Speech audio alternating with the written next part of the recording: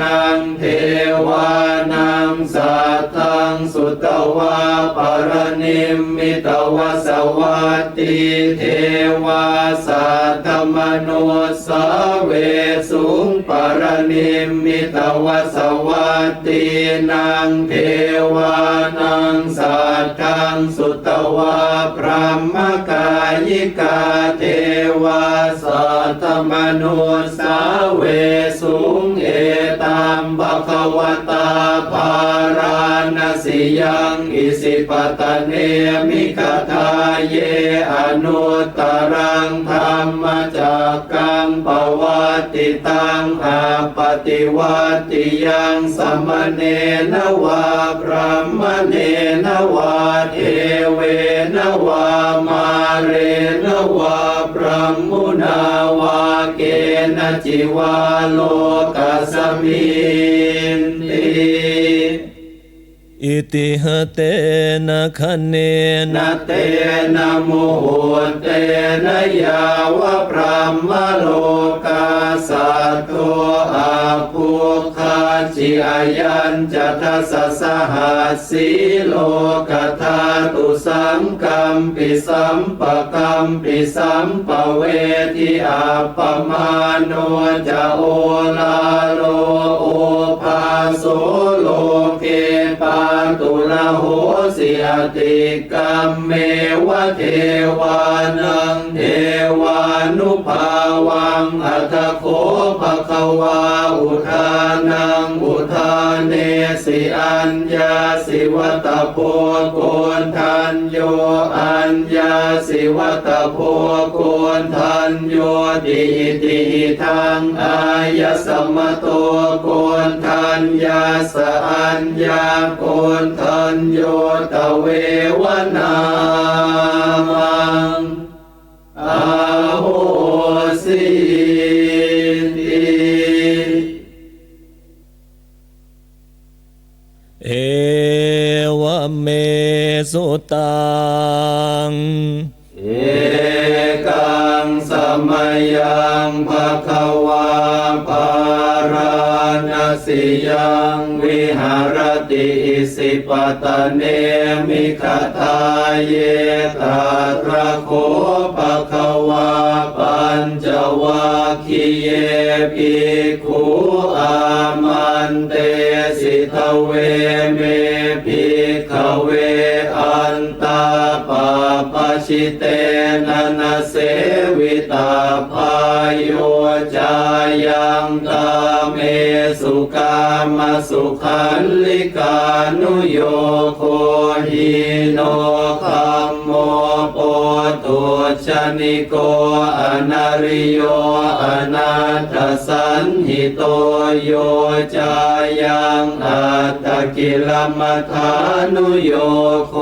ทุกโขอนาริโยอนาถสันหิโตเอเตเตภิกขเว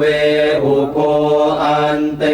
อนุปคัมมมาชิมาปฏิปทาตถาคเตนะอภิสัมพุทธาจักขุกรณียานกรณีอุปสมัยยะอภิญญายสัมพุทธายนิพพานายสังวัตติกตมาจะสาภิกขเวมาชิมาปฏิปทาตถาคเตนะอภิสัมพุทธาจักขุกรณียานกรณีอุปสมัยยะอภิญญายสัมพุทธายนิพพานายสังวัตติอายเมวะอริโยอัตถังคิโกมาโคสัยยทิทังสัมมาทิฏฐิสัมมาสังกัปโปสัมมาวาจาสัมมากัมมันโต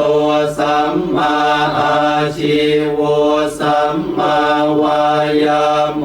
สัมมาส สติสัมมาสมาธิอายังโคสาภิกขเวมาชิมาปฏิปทาตถาคเต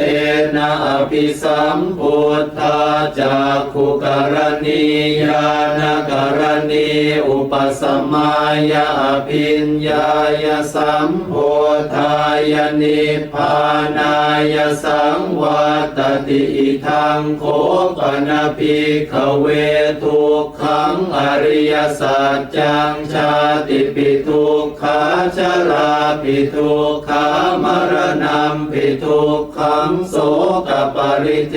วทุกขโทมนัสสุปายาสาปิทุกขาอาปิเยหิสัมปโยโคทุกโขปิเยหิวิปโยโคทุกโขยัมปิชังนลปฏิตัมปิทุกขังสังขิเตนะปัญจุปาทานาขันธาทุกขาอิทังโคปนะภิกขเวทุกขสมุทัยโยอริยสัจจังยายังตัณหาโปโนภวิกานันทิราคสหคตาตาตระตาตราพินันทินีสัยยติทังกามตัณหาภวตัณหาวิภวตัณหาอิทังโคปนะภิกขเวทุกขนิโรโธอริยสัจจังโยตัสสะเยวตัณหายาเสสวิราคนิโรโธจาโคปฏินิสสะโคโมติอนาลโยอิทังโคปนะภิกขเวทุกขนิโรธคามินีปฏิปทาอริยสัจจังอายเมวะอริโยอัตถังคิโกมาโคสัยยทิทังสัมมาทิฏฐิสัมมาสังกัปโปสัมมาวาจาสัมมากัมมันโตสัมมาอาชีโวสัมมาวายาโมสัมมาสติสัมมาสมาธิ อิทังทุกขังอริยสัจจันติเมภิกขเวปุเพอนันโนสุเตสุธรรมเมสุจักขุงอุทปปาทิญาณังอุทปปาทิปัญญาอุทปปาทิวิชชาอุทปปาทิอาโลโกอุทปปาทิตังโขปนิทังทุกขังอริยสัจจังปริญญายันติเมภิกขเวปุเพอนันโนสุเตสุธรรมเมสุจักขุงอุทปปาทิญาณังอุทปปาทิปัญญาอุทปปาทิวิชชาอุทปปาทิอาโลโกอุทปปาทิตังโขปนิทังทุกขังอริยสัจจังปริญญาตันติเมภิกขเวปุเพอนันโนสุเตสุธรรมเม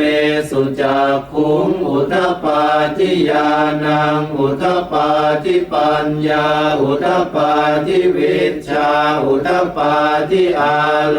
โกอุทปปาทิอิทังทุกขสมุทัยโยอริยสัจจันติเมภิกขเวปุเพอนันโนสุเตสุธรรมเมสุจักขุงอุทปปาทิญาณังอุทปปาทิปัญญาอุทปปาทิวิชชาอุทปปาทิอาโลโกอุทปปาทิตังโขปนิทังทุกขสมุทัยโยอริยสัจจังปหาตาพันติเมภิกขเวปุเพอนันโนสุเตสุธรรมเมสุจักขุงอุทปปาทิญาณังอุทปปาทิปัญญาอุทปปาทิวิชชาอุทปปาทิอาโลโกอุทปปาทิตังโขปนิทังทุกขสมุทัยโยอริยสัจจังปหินันติเมภิกขเวปุเพอนันโนสุ เตสุธรรมเมสุจักขุงอุทปปาทิญาณังอุทปปาทิปัญญาอุทปปาทิวิชชาอุทปปาทิอาโลโกอุทปปาทิอิทังทุกขนิโรโธอริยสัจจันติเมภิกขเวปุเพอนันโนสุเตสุธรรมเมสุจักขุงอุทปปาทิญาณังอุทปปาทิปัญญาอุทปปาทิวิชชาอุทปปาทิอาโลโกอุทปปาทิตังโคปนิทังทุกขนิโรโธอริยสัจจังสัจจิกาตาพันติเมภิกขเวปุเพอนันโนสุเตสุธรรมเมสุจักขุงอุทปปาทิญาณังอุทปปาทิปัญญาอุทปปาทิวิชชาอุทปปาทิอาโลโกอุทปปาทิตังโคปนิทังทุกขนิโรโธอริยสัจจังสัจจิกตันติเมภิกขเวปุเพอนันโนสุเตสุธรรมเมสุจักขุงอุทปปาทิญาณังอุทปปาทิปัญญาอุทปปาทิวิชชาอุทปปาทิอาโลโกอุทปปาทิอิทังทุกขนิโรธคามินีปฏิปทาอริยสัจจันติเมภิกขเวปุเพอนันโนสุเตสุธรรมเมสุจักขุงอุทปปาทิญาณังอุทปปาทิปัญญาอุทปปาทิวิชชาอุทปปาทิอาโลโกอุทปปาทิตังโคปนิทังทุกขนิโรธคามินีปฏิปทาอริยสัจจังภาเวตาพันติเมภิกขเวปุเพอนันโนสุเตสุธรรมเมสุจักขุงอุทปปาทิญาณังอุทปปาทิปัญญาอุทปปาทิวิชชาอุทปปาทิอาโลโกอุทปปาทิตังโคปนิทังทุกขนิโรธคามินีปฏิปทาอริยสัจจังภาวิตันติเมภิกขเวปุเพอนันโนสุเตสุธรรมเมสุจักขุงอุทปปาทิญาณังอุทปปาทิปัญญาอุทปปาทิวิชชาอุทปปาทิอาโลโกอุทปปาทิยาวกีวันจะเมภิกขเวอิเมสุจตุสุอริยสัจเจสุเอวันติปริวัตตังทวาทสาการังยถาภูตังญาณทัสสนังนสุวิสุทธังอโหสิเนวตาวาหังภิกขเวสเทวเกโลเกสมาระเกสพรหมเกสสมณพรหมนิยาปชายสเทวมนุสายอนุตตรังสัมมาสัมโพธิงอภิสัมพุทโธปัจจัญญาสิงยโตจะโคเมภิกขเวอิเมสุจตุสุอริยสัจเจสุเอ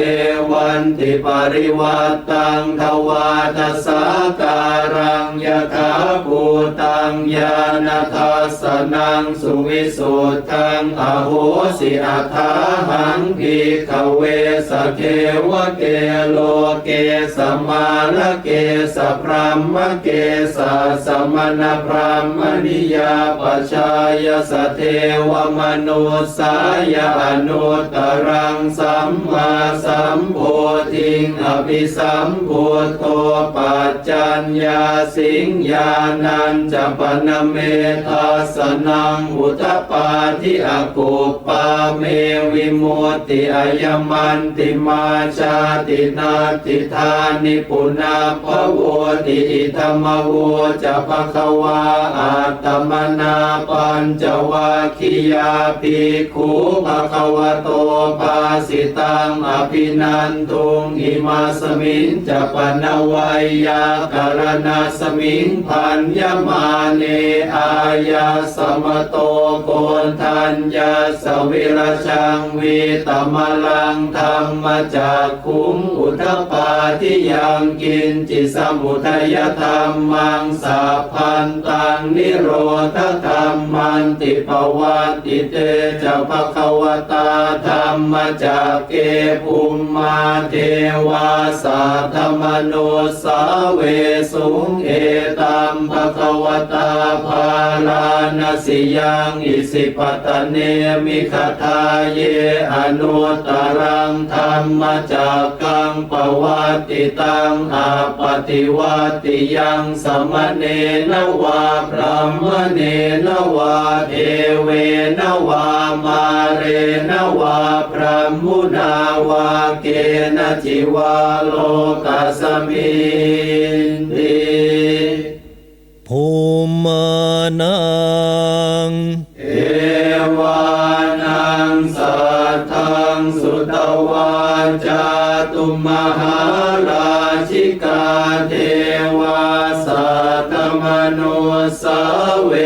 สุงจาตุมหาราชิกานังเทวานังสัทธังสุตวาตาวติงสาเทวาสัทธมโนสาเวสุงตาวติงสา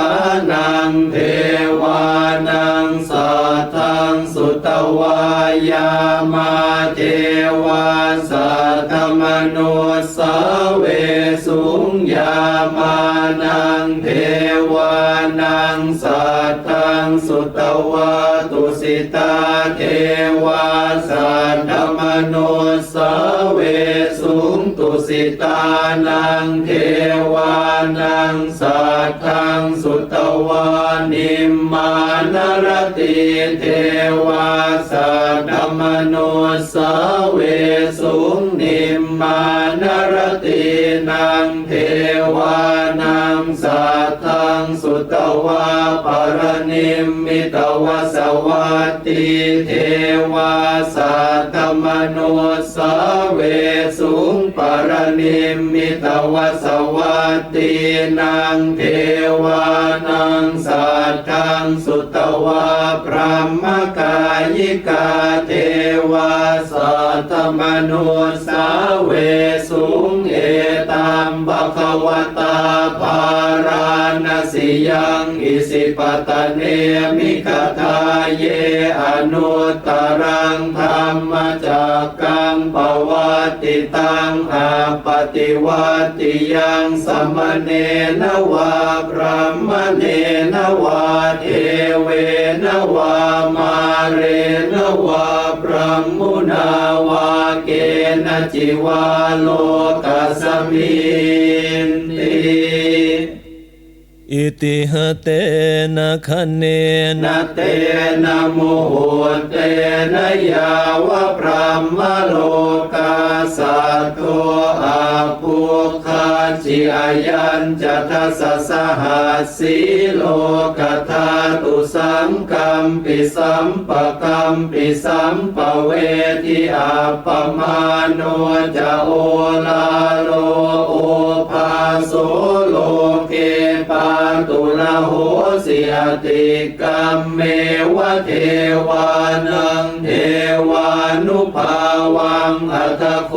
ภควาอุทานังอุทานเนสิอัญญาสิวัตโพโกนทันโยอัญญาสิวัตโพ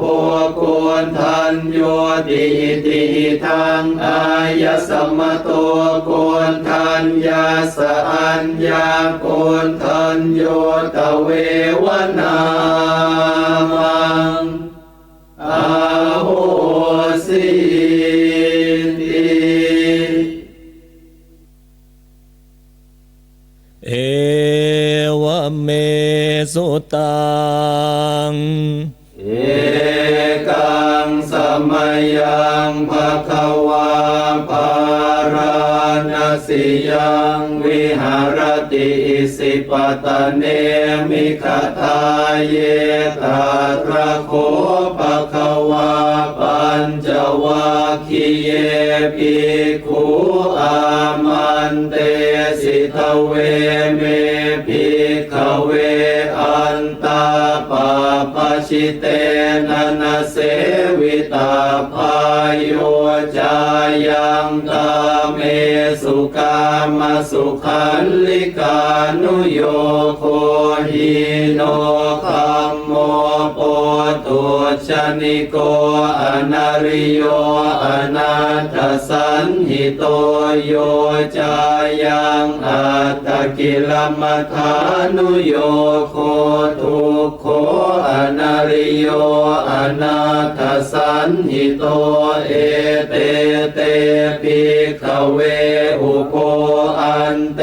อนุปคัมมมาชิมาปฏิปทาตถาคเตนะอภิสัมพุทธาจักขุกรณียานกรณีอุปสมัยยะอภิญญายสัมพุทธายนิพพานายสังวัตติกตมาจะสาภิกขเวมาชิมาปฏิปทาตถาคเตนะอภิสัมพุทธาจักขุกรณียานกรณีอุปสมัยยะอภิญญายสัมพุทธายนิพพานายสังวัตติอายเมวะอริโยอาทังคิโกมาโค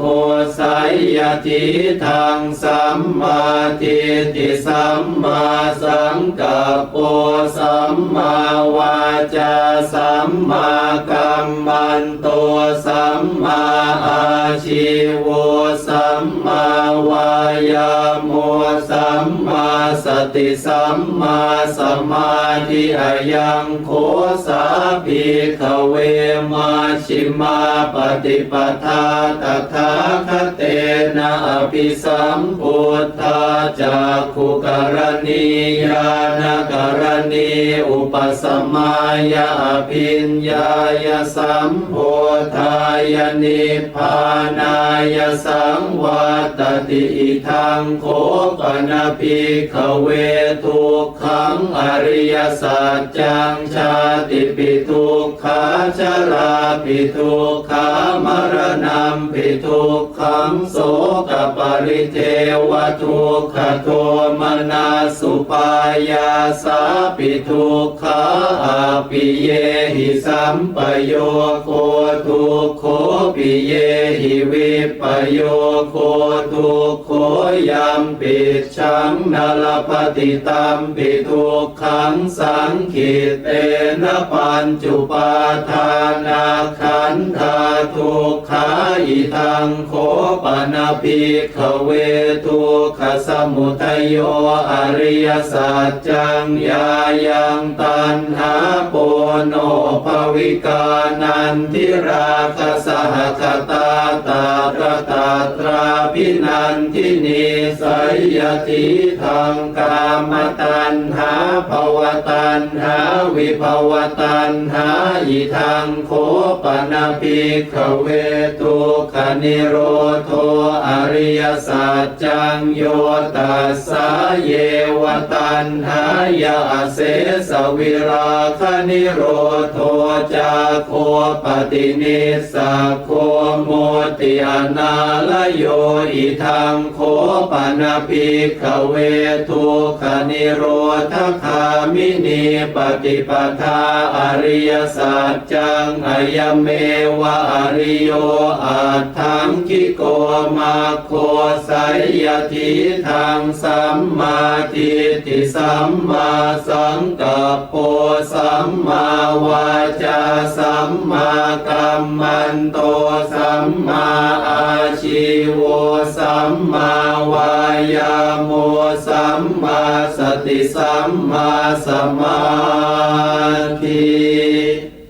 อิทังทุกขังอริยสัจจันติเมภิกขเวปุเพอนันโนสุเตสุธัมเม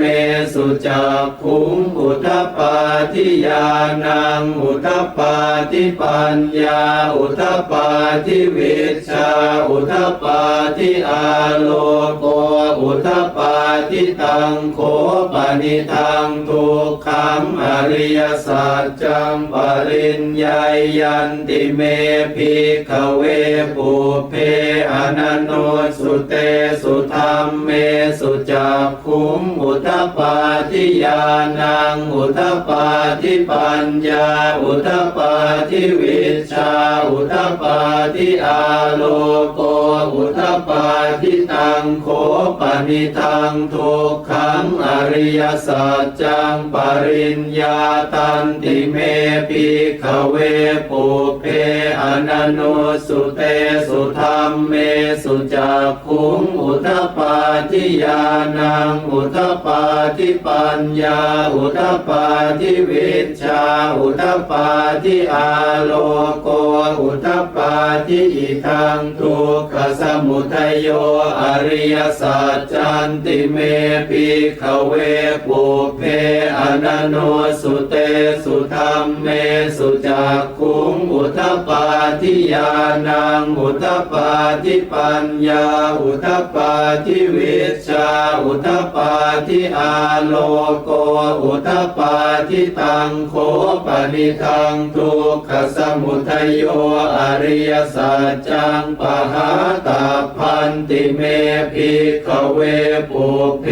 อนันโนสุเตสุธัมเมสุจักขุงอุทปปาทิญาณังอุทปปาทิปัญญาอุทปปาทิวิชชาอุทปปาทิอาโลโกอุทปปาทิตังโขปนิทังทุกขสมุทัยโยอริยสัจจังปหินันติเมภิกขเวปุเพ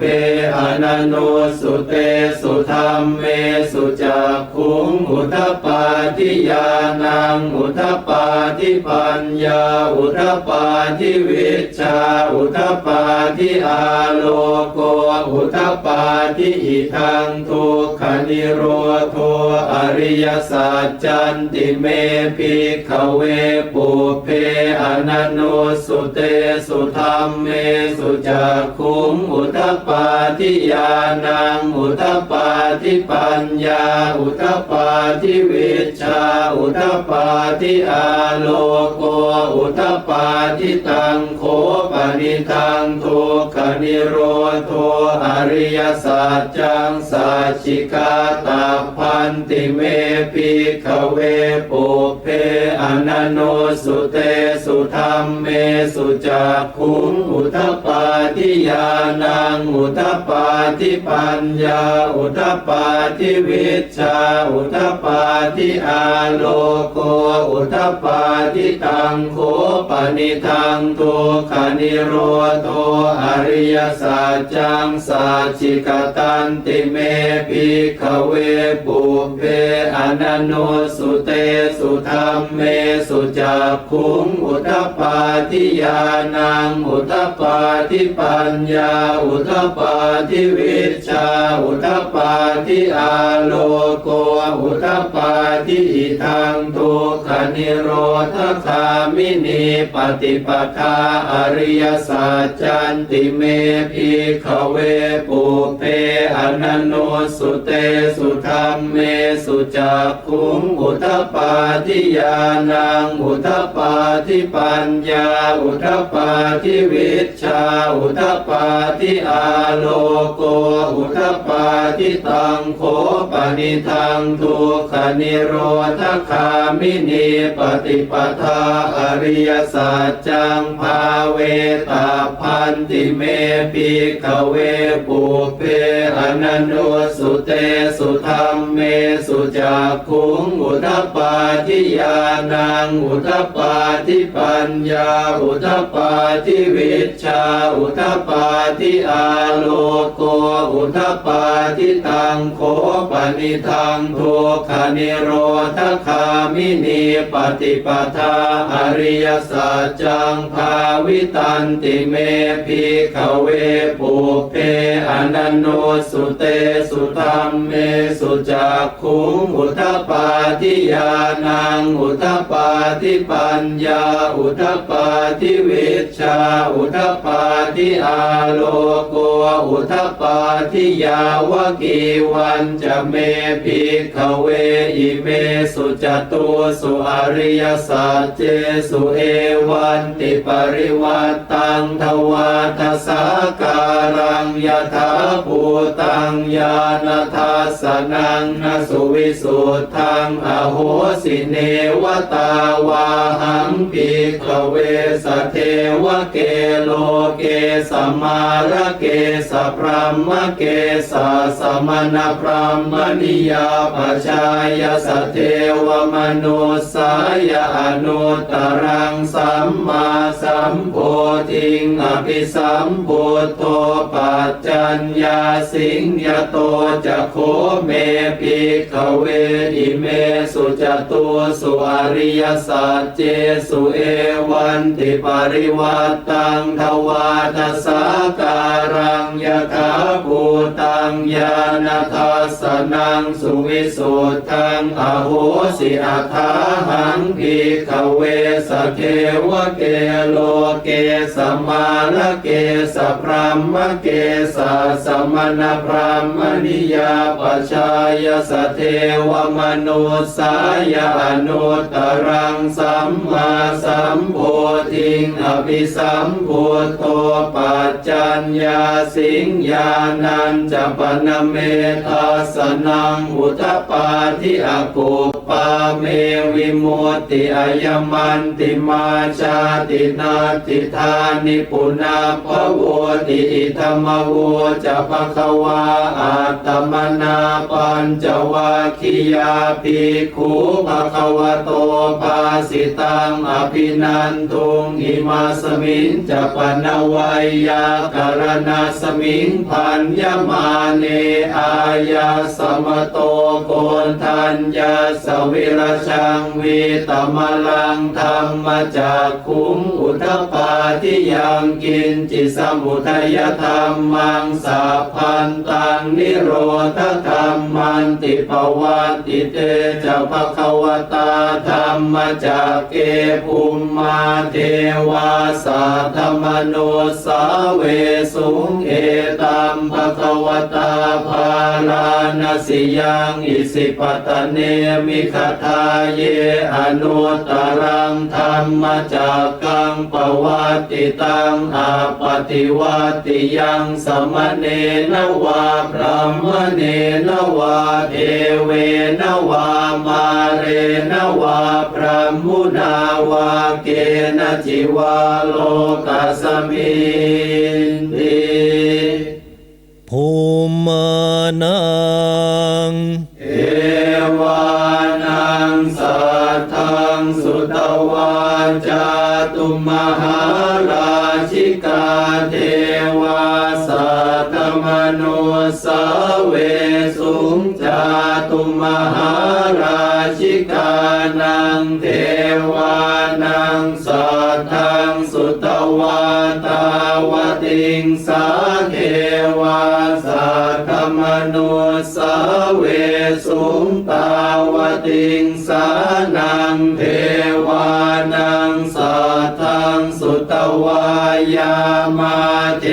วาสัทธมโนสาเวสุงยามานังเทวา นังสัทธังสุตวะตุสิตาเทวาสัทธมโนสเวสุงตุสิตานังเทวานังสัทธังสุตวะนิมมานรติเทวาสัทธมโนสเวสุงนิมมานรตินังเทวานังสัทธังสุตวะปรนิมมิตวสวัตติเทวาสัทธมโนสเวสุงปรนิมมิตวสวัตตินังเทวานังสัทธังสุตวะพระมกายิกาเทวาสัทธมโนสเวสุงเอตัมภควตาภาราณสิยังอิสิปตเนมิคทาเยอนุตตรังธรรมจักกังปวัตติตังอาปฏิวัติยังสัมมเนนวาพระมเนนวาเทเวนวามาเรนวาพระมุนาวาเก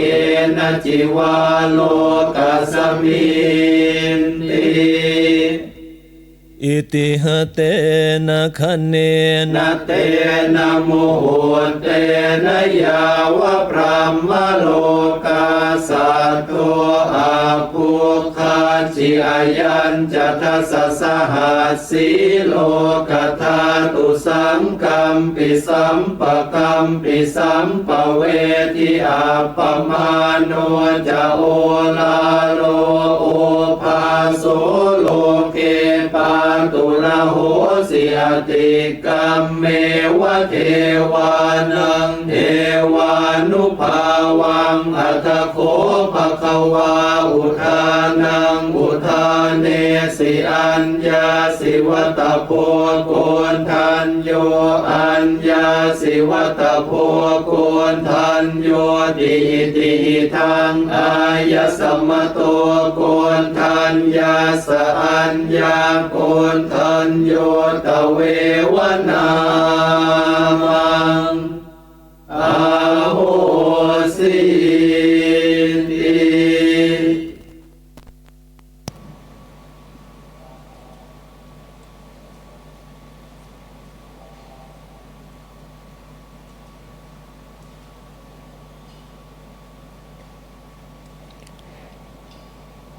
ขณะนี้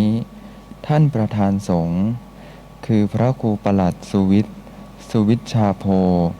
และคณะสงฆ์เดินทางมาถึงศูนย์กลางพิธีแล้ว เรียนเชิญทุกท่านตั้งใจกราบพระมหาธรรมกายเจดีย์โดยพร้อมเพรียงกันนะครับ กราบกราบ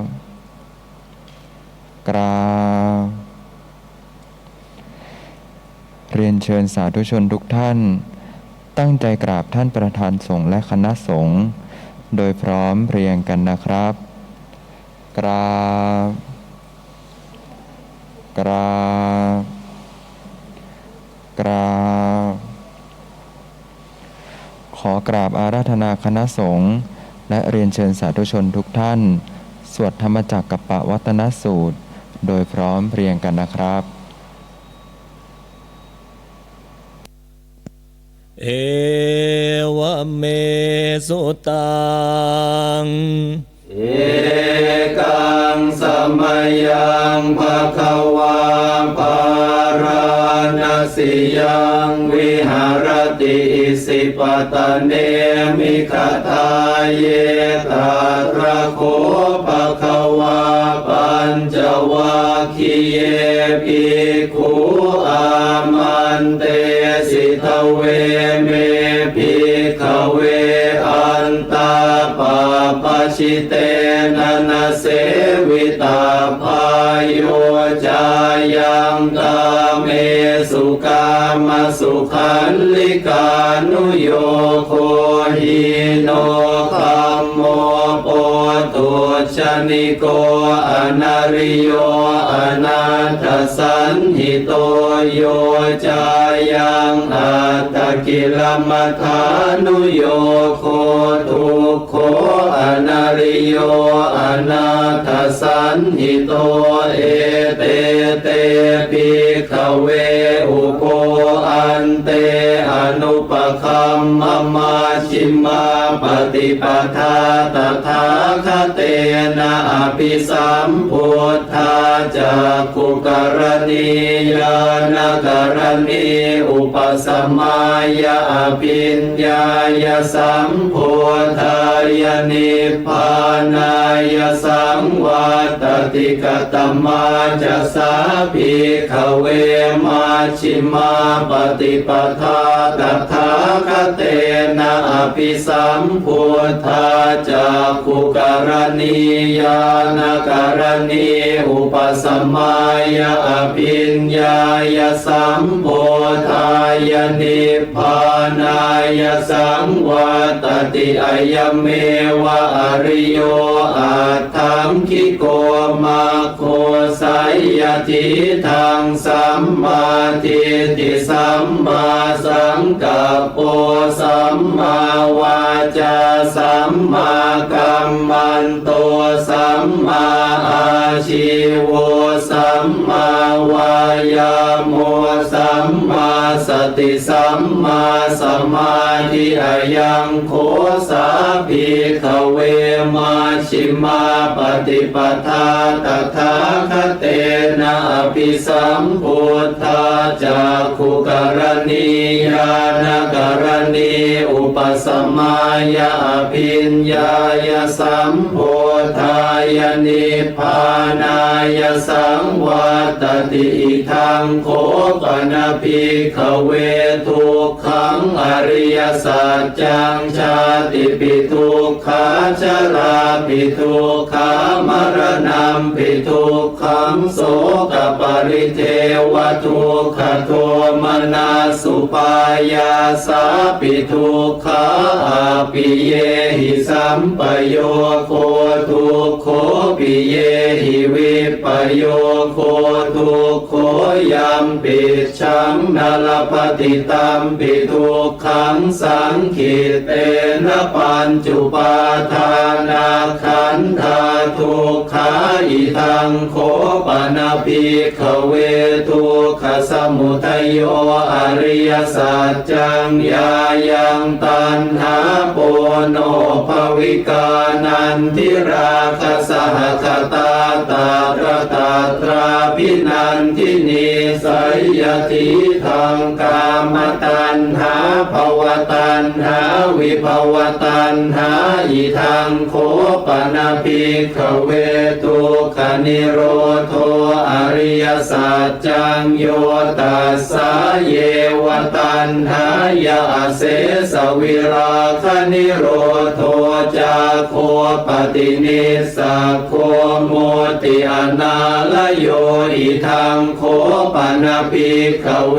ทุกขนิโรธคามินีปฏิปทาอริยสัจจังอายเมวะอริโยอัตถังคิโกมาโคสัยยทิทังสัมมาทิฏฐิสัมมาสังกัปโปสัมมาวาจาสัมมากัมมันโตสัมมาอาชีโวสัมมาวายาโมสัมมาสติสัมมาสมาธิ อิทังทุกขังอริยสัจจันติเม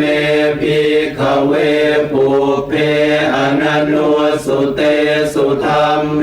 สุจักขุงอุทปปาทิญาณังอุทปปาทิปัญญาอุทปปาทิวิชชาอุทปปาทิอาโล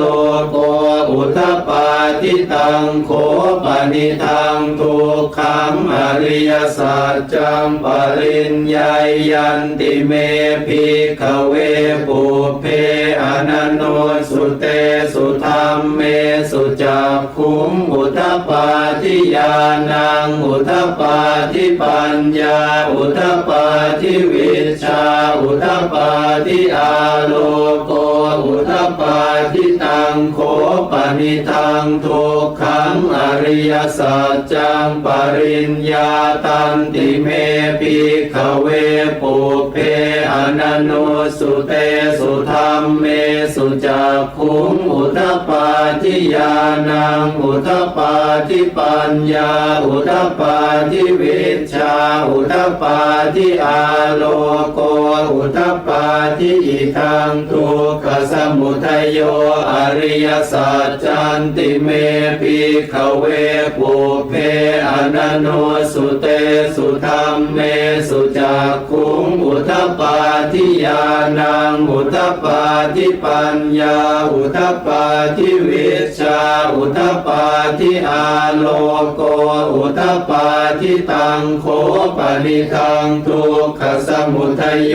อริยสัจจังปหาตาพันติเมภิกขเวปุเพอนันโนสุเตสุธรรมเมสุจักขุงอุทปปาทิญาณังอุทปปาทิปัญญาอุทปปาทิวิชชาอุทปปาทิอาโลโก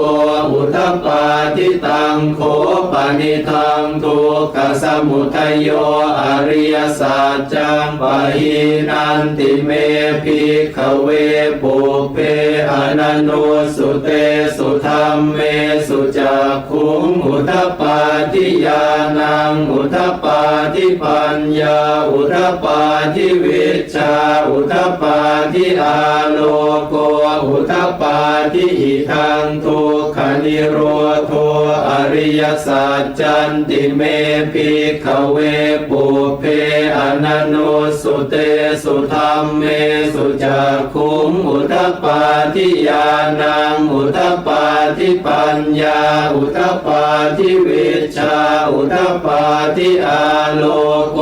อุทปปาทิตังโคปนิทังทุกขนิโรโธอริยสัจจังสัจฉิกาตาพันติเมภิกขเวปุเพอนันโนสุเตสุธรรมเมสุจักขุงอุทปปาทิญาณังอุทปปาทิปัญญาอุทปปาทิวิชชาอุทปปาทิอาโลโกอุทปปาทิตังโคปนิทังทุกขนิโรโธอริยสัจจังสัจฉิกตันติเมภิกขเวปุเพ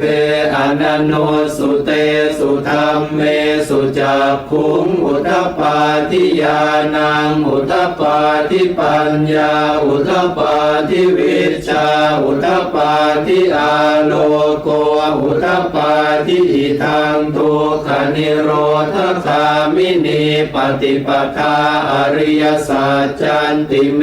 ภิกขเวปุเพอนันโนสุเตสุธรรมเมสุจักขุงอุทปปาทิญาณังอุทปปาทิปัญญาอุทปปาทิวิชชาอุทปปาทิอาโลโกอุทปปาทิตังโคปนิทังทุกขนิโรธคามินีปฏิปทาอริยสัจจังภาเวตาพันติเมภิกขเวปุเพอนันโนสุเตสุธรรมเมสุจักขุงอุทปปาทิญาณังอุทปปาทิปัญญาอุทปปาทิวิชชาอุทปปาทิอาโลโกอุทปปาทิตังโคปนิทังทุกขนิโรธคามินีปฏิปทาอริยสัจจังภาวิตันติเมภิกขเวปุเพอนันโนสุเตสุธรรมเมสุจักขุงอุทปปาทิญาณังอุทปปาทิปัญญาอุทปปาทิวิชชาอุทปปาทิอาโลโกอุทปปา ทิยาวกีวันจะเมภิกขเวอิเมสุจตุสุอริยสัจเจสุเอ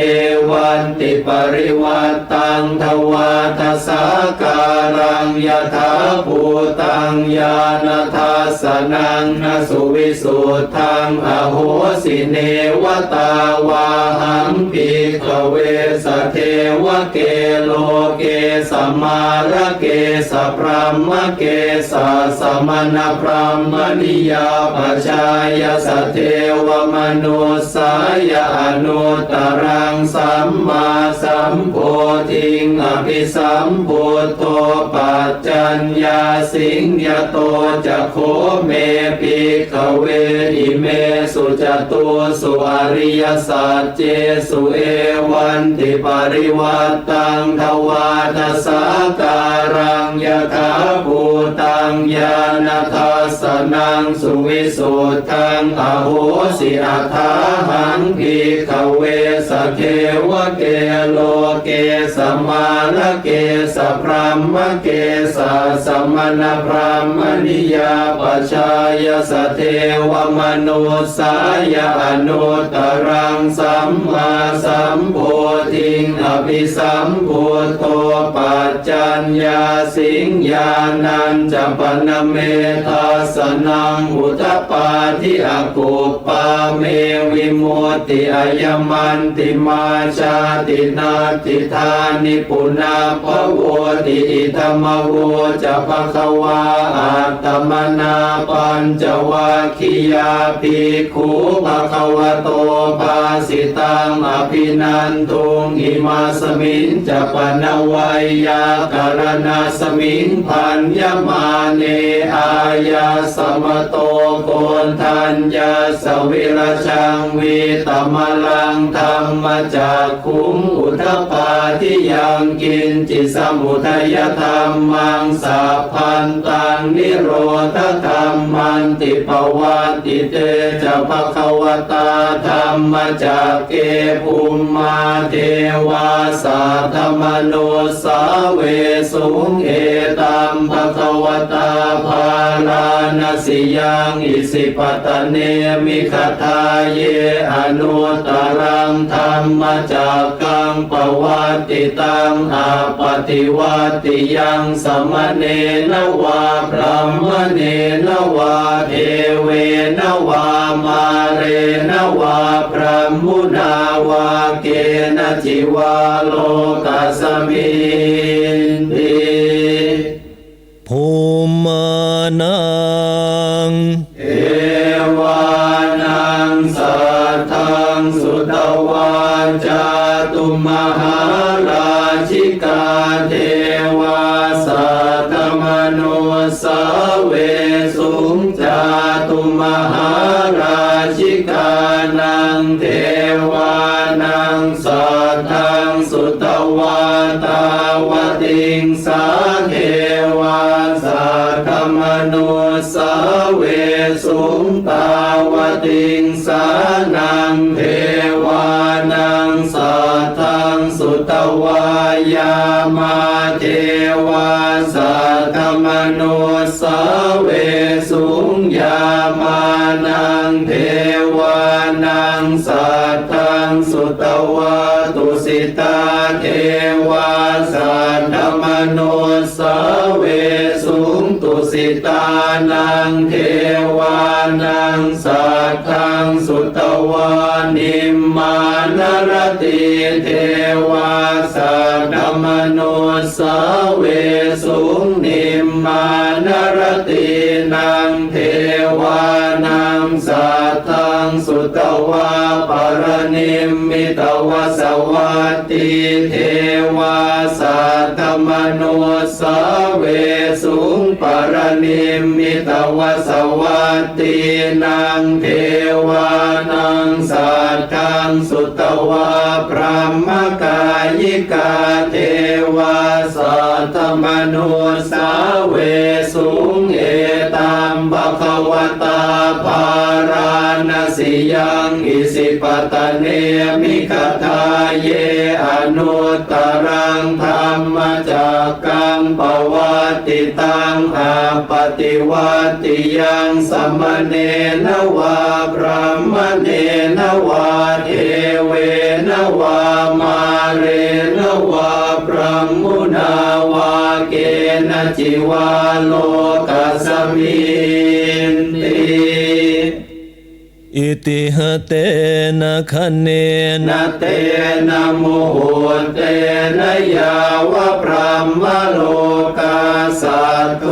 อาภูคาจิอายัญจะทัสสะหัสสีโลกธาตุสังกัมปิสัมปะกัมปิสัมปะเวทิอาปมาโนจะโอลาโลโอภาโสโลเกปาตุละโหสิอติกัมเมวะเทวานังเทวานุภาวังอัตถโคภะคะวาอุทานังอุทานเนสิอัญญาสิวัตโพโกนทันโยอัญญาสิวัตโพโกนทันโยติติทังอายสมโตโกนทันยาสอัญญาโกนทันโยตเววนามังอาโหสิติ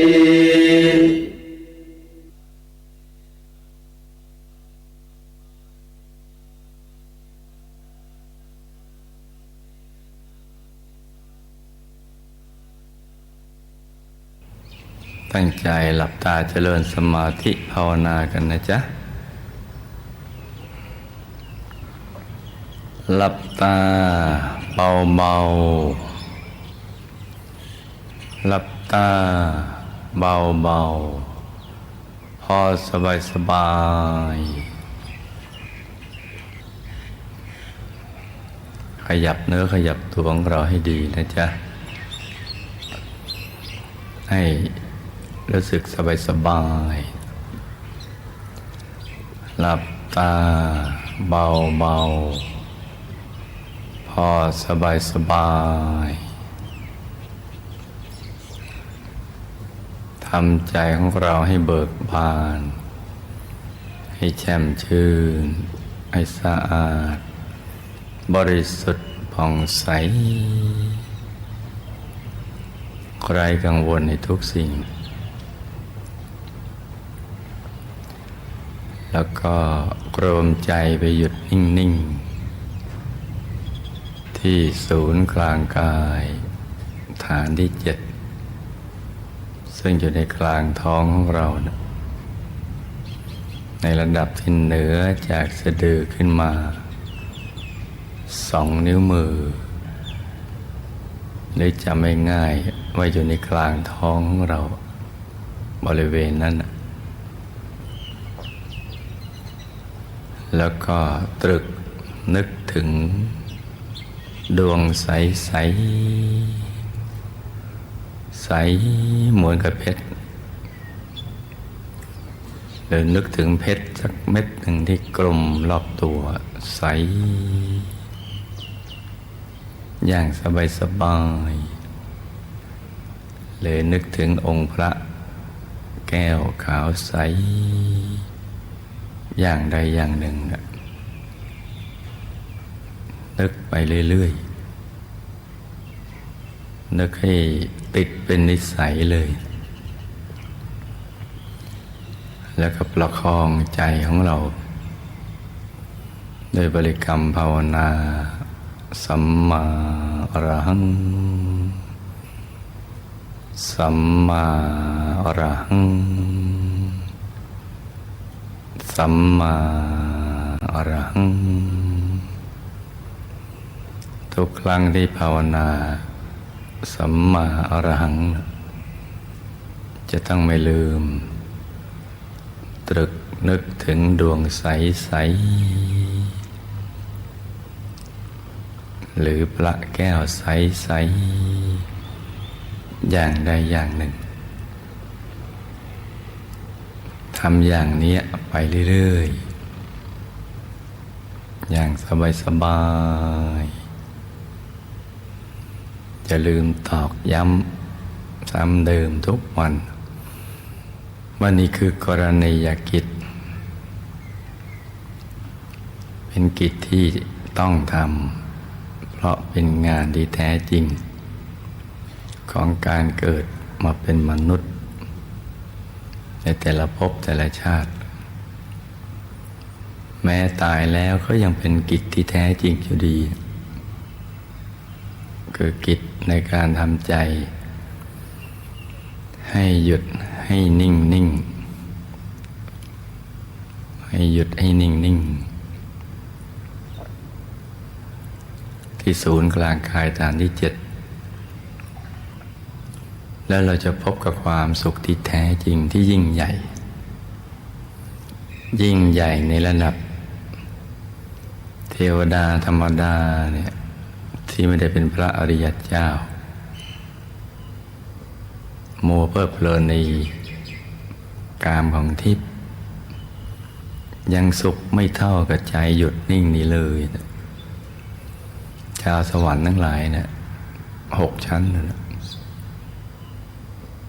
ถ้าไม่ฝึกให้หยุดให้นิ่งมัวแต่เพลิดเพลิน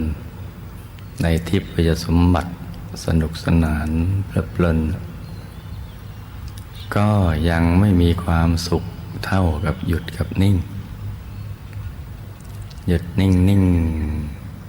ที่ศูนย์กลางกายฐานที่ 7นี่ถ้าหากหยุดจนกระทั่งเข้าไปถึงพระธรรมกายในตัวซึ่งเป็นพระรัตนตรัยในตัวแม้เป็นพรหมอยู่ในพรหมโลกที่ไม่ใช่เป็นพระอริยเจ้าได้โลภฌานสมาบัติธรรมดานั้นสุขยังไม่เท่ากับที่เราได้เข้าถึงพระธรรมกายในตัวเลย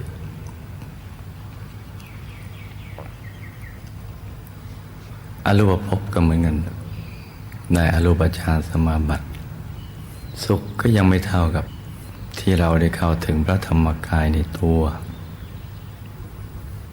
เว้นจากพระอริยเจ้าแล้วเราก็สุขอย่างนี้แหละแล้วที่ใครจะคำว่ายกเว้นพระอริยเจ้าเพราะพระอริยเจ้าท่านก็หยุดใจของท่านได้แล้วในกายธรรมตั้งแต่พระโสดาบันพระสกิทาคามีพระอนาคามีพระอรหันต์อย่างนั้นถ้าอยู่ในภพก็ถึงพระอนาคามีใจหยุดนี่จึงเป็นที่สุดแห่งความสุขทั้งปวงซึ่งเป็นคำยืนยันของท่านผู้รู้แจ้งเห็นแจ้งแทงตลอดในธรรมทั้งปวงในเรื่องราวความเป็นจริงของชีวิตคือพระสัมมาสัมพุทธเจ้าที่ท่านเวียนว่ายตายเกิดซ้ำในภพ3เนี่ยนับครั้งไม่ถ้วนโดยเฉพาะในเมืองมนุษย์เนี่ยก็นับครั้งไม่ถ้วนเป็นตั้งแต่ชนชั้นล่างชั้นกลางแล้วก็ชั้นสูงในระดับพระเจ้าจักรพรรดิมาแล้วพระเจ้าจักรพรรดิซึ่งปกครองทวีปทั้ง 4มีชมพูทวีปคือโลกของเราใบนี้ในยุคที่มีผืนแผ่นดินเดียวเป็นเกาะที่มีน้ำล้อมรอบคล้ายๆเกาะงั้นชนในยุคนั้นนับถือศีล 5เป็นประเทศเดียวท่านปกครองได้ทั้งชมพูทวีปอุตรกุรุทวีปปุพพวิเทหทวีปอัปปรโคยานทวีปเป็นทวีปที่มีมนุษย์อยู่รอบๆเขาพระสุเมรุหรือเขาพระสิเนรุนั่นไปมาได้ด้วยรัตน7และอนุภาพของจักรแก้ว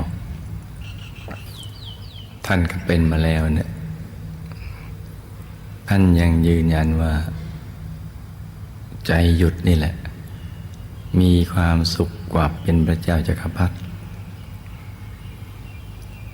เมื่อพระเจ้าจักรพรรดิเป็นสุดยอดของการมาเกิดเป็นมนุษย์ในฐานะเป็นปุถุชนแล้วก็นอกนั้นก็ถือเป็นเรื่องรองลงมา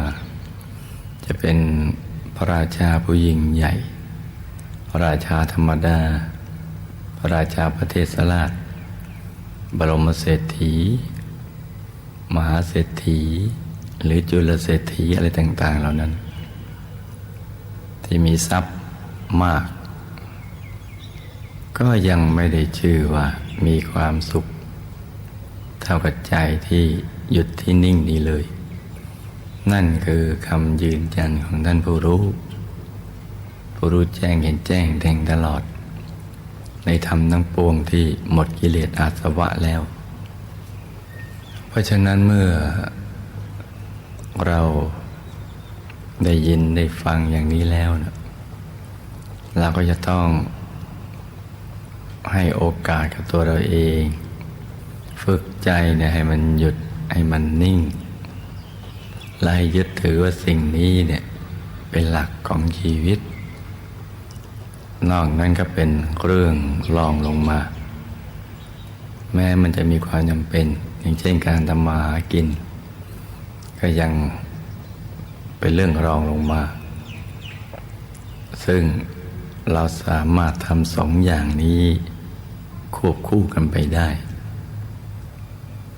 แล้วก็ต้องฝึกใจเนี่ยให้มันหยุดให้มันนิ่งให้ได้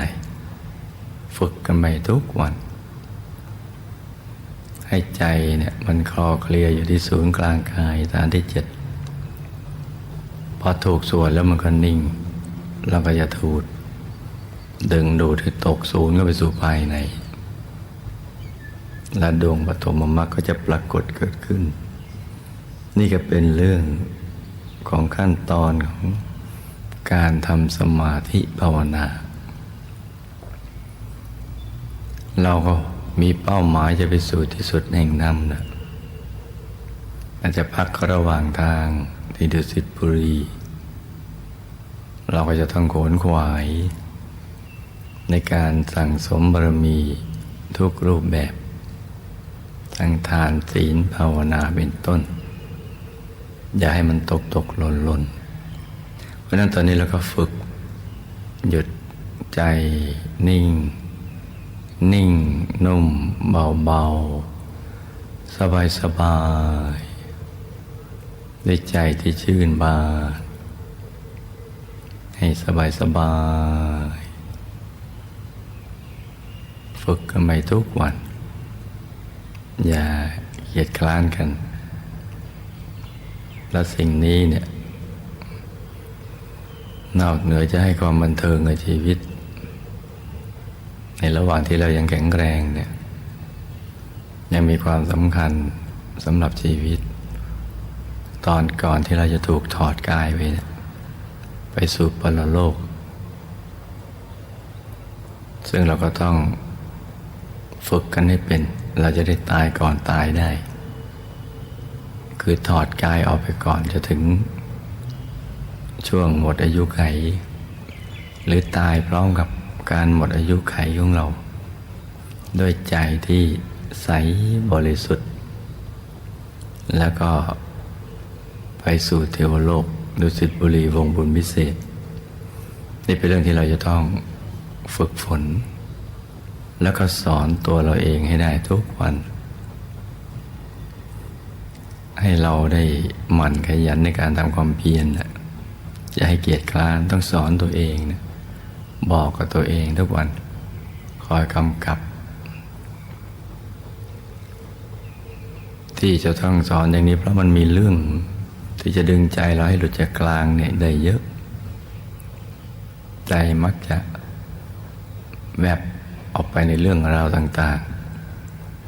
ๆเพราะฉะนั้นก็ต้องฝืนใจฝึกไปเรื่อยจนกระทั่งถึงในระดับที่ใจมันหยุดนิ่งในสนิทติดในกลางเข้าถึงดวงปฐมมรรคเป็นอย่างน้อยเนี่ยถึงณตรงนั้นในความขยันมันก็จะมาเองแหละ แต่มีความรู้สึกว่าอยากนั่งต่อไปอย่างนี้เรื่อยๆอยากศึกษาอยากจะเรียนรู้ความรู้ภายในให้มันยิ่งไปกว่านี้หรือความรู้ที่มีอยู่ในพระไตรปิฎกเราก็อยากจะศึกษาด้วยตัวของตัวเองแหละเพราะว่าใจมันนิ่งแน่นถูกส่วนเข้าถึงปฐมมรรคแล้วมันจะเกิดแรงบันดาลใจ อยากจะเข้าไปศึกษาเองความเพียรก็จะเป็นอัตโนมัติใจของเราจะขยายจากสติก็เป็นมหาสติปัญญาก็เป็นมหาปัญญาความรู้ภายในก็จะเริ่มต้นขึ้นเมื่อเข้าถึงปฐมมรรคอย่างแนบแน่นแล้วนะดวงมันก็จะใสสว่างแล้วก็จะเคลื่อนกันไปสู่ภายในเข้าถึงดวงธรรมต่างๆถึงกายภายในกายมนุษย์ละเอียดทิพย์พรหมรูปพรหมแล้วก็กายธรรมซึ่งรอคอยเราอยู่เป็นชีวิตระดับที่ละเอียดยกระดับขึ้นไปเรื่อยๆทีนี้มันยากก็ยากตอนแรกตอนที่จะประคองใจให้หยุดให้นิ่งเนี่ยที่ยากเพราะมันขี้เกียจนั่งถ้าขยันนั่งเนี่ยมันต้องได้ทุกคนไอ้ที่ไม่ได้ก็จะมีประเภทที่เราก็รู้กันอยู่นั่นแหละประเภทเป็นบ้าเป็นโรคประสาทปัญญาอ่อนอะไรประเภทอย่างนั้นถ้าขยันนั่งมันก็จะต้องได้ใหม่ๆมันก็ฟุ้งมืดเมื่อยอะไรอย่างนั้นนะแต่นั่งไปนานๆก็สิ่งเหล่านั้นก็จะค่อยๆหมดไปจิตมันก็จะค่อยๆบริสุทธิ์เพิ่มขึ้นยิ่งบริสุทธิ์มันก็ยิ่งมีความสุขมากแล้วมันก็จะโล่งโปร่งเบาสบายใจก็จะขยายบุญก็จะไหลผ่านเข้ามาในตัวเรายิ่งกระแสทานในบุญไหลผ่านเข้ามาจะยิ่งมีความสุขเพิ่มขึ้นความบริสุทธิ์เพิ่มกำลังใจที่จะสั่งสมความดีงามโดยไม่คำนึงถึงอุปสรรคเกิดขึ้นเลยมันก็จะเกิดขึ้นเป็นอัตโนมัติเพราะฉะนั้นก็อยู่ที่เราขยันและก็ปรับปรุงวิธีการให้ดีทีเดียวเพราะฉะนั้นในตอนช่วงนี้ก็ให้เจริญภาวนาไปอย่างสบายๆกันทุกๆคนนะลูกนะ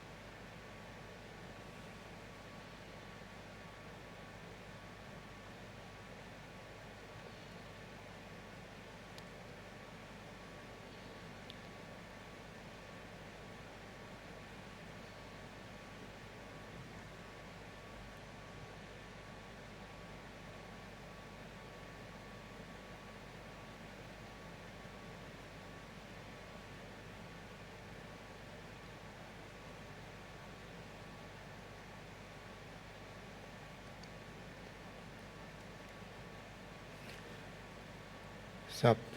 พุทธาภลปตาปัจเจกานันจะยังพลังอรหันตานันจะเตเชนะรักขังพันธามิสัพพโส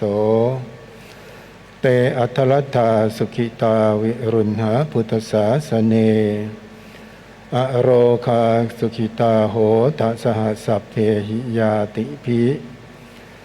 สัพพพุทธานุภาเวนะสัพพธรรมานุภาเวนะสัพพสังฆานุภาเวนะ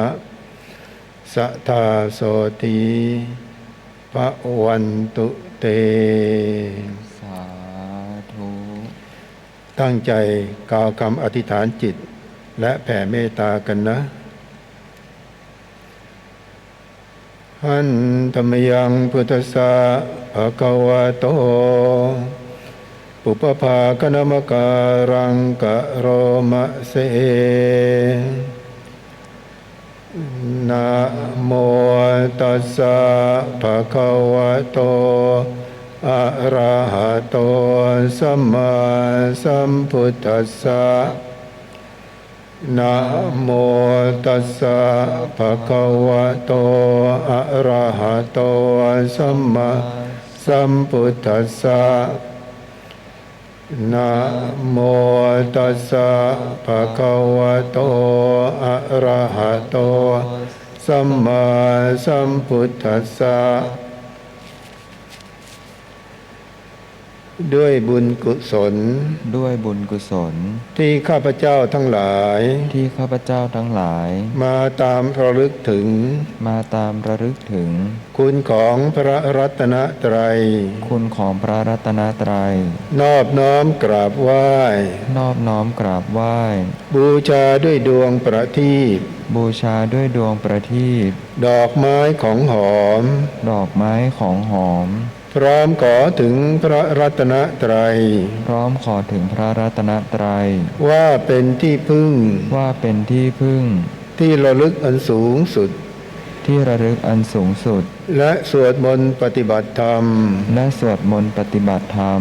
บูชาพระมหาธรรมกายเจดีย์ บูชาพระมหาธรรมกายเจดีย์ พระมหาเจดีย์พระพุทธเจ้าล้านพระองค์ พระมหาเจดีย์พระพุทธเจ้าล้านพระองค์ เพื่อสืบสารวัฒนธรรมชาวพุทธ เพื่อสืบสานวัฒนธรรมชาวพุทธ สืบทอดอายุพระพุทธศาสนาวิชาธรรมกาย สืบทอดอายุพระพุทธศาสนาวิชาธรรมกาย ขอให้ข้าพเจ้า ขอให้ข้าพเจ้า และประชาชนทุกคนทั่วโลก และประชาชนทุกคนทั่วโลก รอดพ้นและปลอดภัย รอดพ้นและปลอดภัย จากโรคโควิด จากโรคโควิด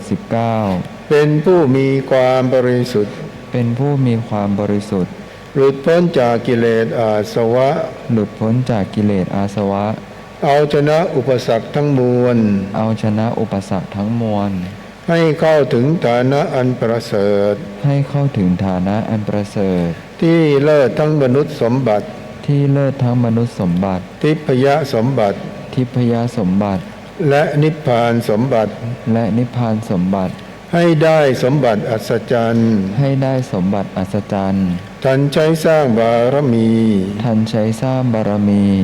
ในปัจจุบันในชาตินี้ ในปัจจุบันชาตินี้ เมื่อยังต้องเวียนว่ายตายเกิด เมื่อยังต้องเวียนว่ายตายเกิด ถือกำเนิดมาเป็นมนุษย์ ถือกำเนิดมาเป็นมนุษย์ ให้ได้เพศบริสุทธิ์ ให้ได้เพศบริสุทธิ์ บังเกิดในตระกูลสัมมาทิฏฐิ บังเกิดในตระกูลสัมมาทิฏฐิ ในครอบครัวธรรมกาย ในครอบครัวธรรมกาย ให้เข้าถึงพระธรรมกาย ให้เข้าถึงพระธรรมกาย ตั้งแต่ยังเยาว์วัย ตั้งแต่ยังเยาว์วัย สามารถระลึกชาติได้ สามารถระลึกชาติได้ ให้ได้สร้างความดี ให้ได้สร้างความดี ตราบชีวีหมดสิ้นอายุไข ตราบชีวีหมดสิ้นอายุไข ให้มีดวงปัญญาสว่างไสวัย ให้มีดวงปัญญาสว่างไสวัย เป็นบัณฑิตนักปราชญ์ เป็นบัณฑิตนักปราชญ์ ฉลาดในศาสตร์ทั้งปวง ฉลาดในศาสตร์ทั้งปวง ให้รู้แจ้งเห็นแจ้ง ให้รู้แจ้งเห็นแจ้ง ถ แทงตลอดทั้งทางโลกและทางธรรม แทงตลอดทั้งทางโลกและทางธรรม บาปกรรมอย่าได้มากล้ำกลาย บาปกรรมอย่าได้มากร่ำกราย ให้สามารถขจัดมารร้าย ให้สามารถขจัดมารร้าย ทั้งวิบัติบาปศักดิ์สิทธิ์ ทั้งวิบัติบาปศักดิ์สิทธิ์ วิบากกรรมวิบากมาร วิบากกรรมวิบากมาร อุปสรรคต่างๆนานาในชีวิต อุปสรรคต่างๆนานาในชีวิต ให้มะลายหายสูญ ให้มาลายหายสูญ บุญศักดิ์สิทธิ์เกื้อกูล บุญศักดิ์สิทธิ์เกื้อกูล ให้ชีวิตบริบูรณ์ตลอดไป ให้ชีวิตบริบูรณ์ตลอดไป ครั้นละโลกแล้ว ครั้นละโลกแล้ว ให้ไปดุสิตบุรี ให้ไปดุสิตบุรี ในวงบุญพิเศษ ในวงบุญพิเศษ เขตของบรมโพธิสัตว์ เขตของบรมโพธิสัตว์ ผู้มุ่งไปสู่ที่สุดแห่งธรรม ผู้มุ่งไปสู่ที่สุดแห่งธรรม ธรรมอันใด ธรรมอันใด ที่พระสัมมาสัมพุทธเจ้า ที่พระสัมมาสัมพุทธเจ้า และพระเดชพระคุณหลวงปู่ และพระเดชพระคุณหลวงปู่ พระมงคลเทพมุนี พระมงคลเทพมุนี สดจันทสโร สดจันทสโร พระผู้ปราบมาร พระผู้ปราบมาร และคุณยายอาจารย์ และคุณยายอาจารย์ มหารัตนอุบาสิกาจันทร์ขนนกยูง มหารัตนอุบาสิกาจันทร์ขนนกยูง ท่านได้บรรลุ ท่านได้บรรลุ ขอจงบรรลุธรรมนั้น ขอจงบรรลุธรรมนั้น ให้ความปรารถนาทั้งมวล ให้ความปรารถนาทั้งมวล ของข้าพเจ้าทั้งหลาย ของข้าพเจ้าทั้งหลาย จงเป็นผลสำเร็จ จงเป็นผลสำเร็จ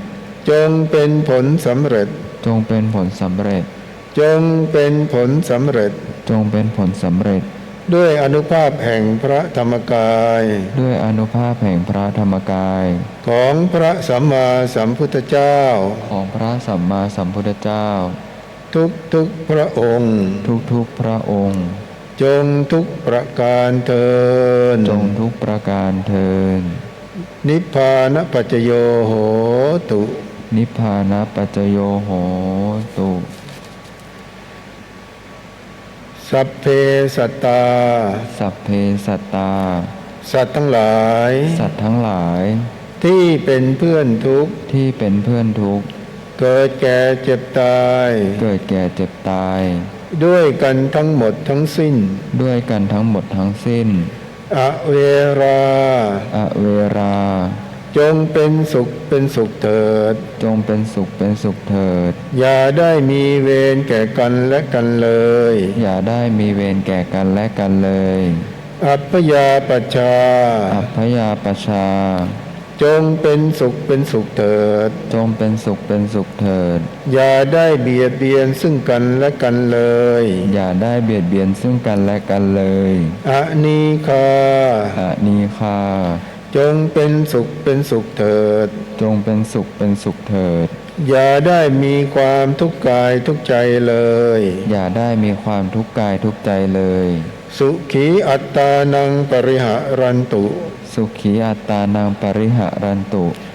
จงมีความสุขกายสุขใจ จงมีความสุขกายสุขใจ รักษาตน รักษาตน ให้พ้นจากทุกภัยทั้งสิ้นเถิด ให้พ้นจากทุกภัยทั้งสิ้นเถิด ท่านทั้งหลาย ท่านทั้งหลาย ที่ท่านได้ทุกข์ ที่ท่านได้ทุกข์ ขอจงพ้นทุกข์ ขอจงพ้นทุกข์ ท่านทั้งหลาย ท่านทั้งหลาย ที่ท่านได้สุข ที่ท่านได้สุข ขอให้สุขยิ่งขึ้นไป ขอให้สุขยิ่งขึ้นไป สัพเพสัตตา สัพเพสัตตา สัตว์ทั้งหลาย สัตว์ทั้งหลาย ที่เกิดเป็นอันดชะ ที่เกิดเป็นอันทชะ ที่เกิดเป็นชลาภุชะ ที่เกิดเป็นชลาภุชะ ที่เกิดเป็นสังเสทชะ ที่เกิดเป็นสังเสทชะ ที่เกิดเป็นโอปปาติกะ ที่เกิดเป็นโอปปาติกะ จงมาอนุโมทนาบุญ จงมาอนุโมทนาบุญ ให้ทั่วทุกตัวเทิน ให้ทั่วทุกตัวเทิน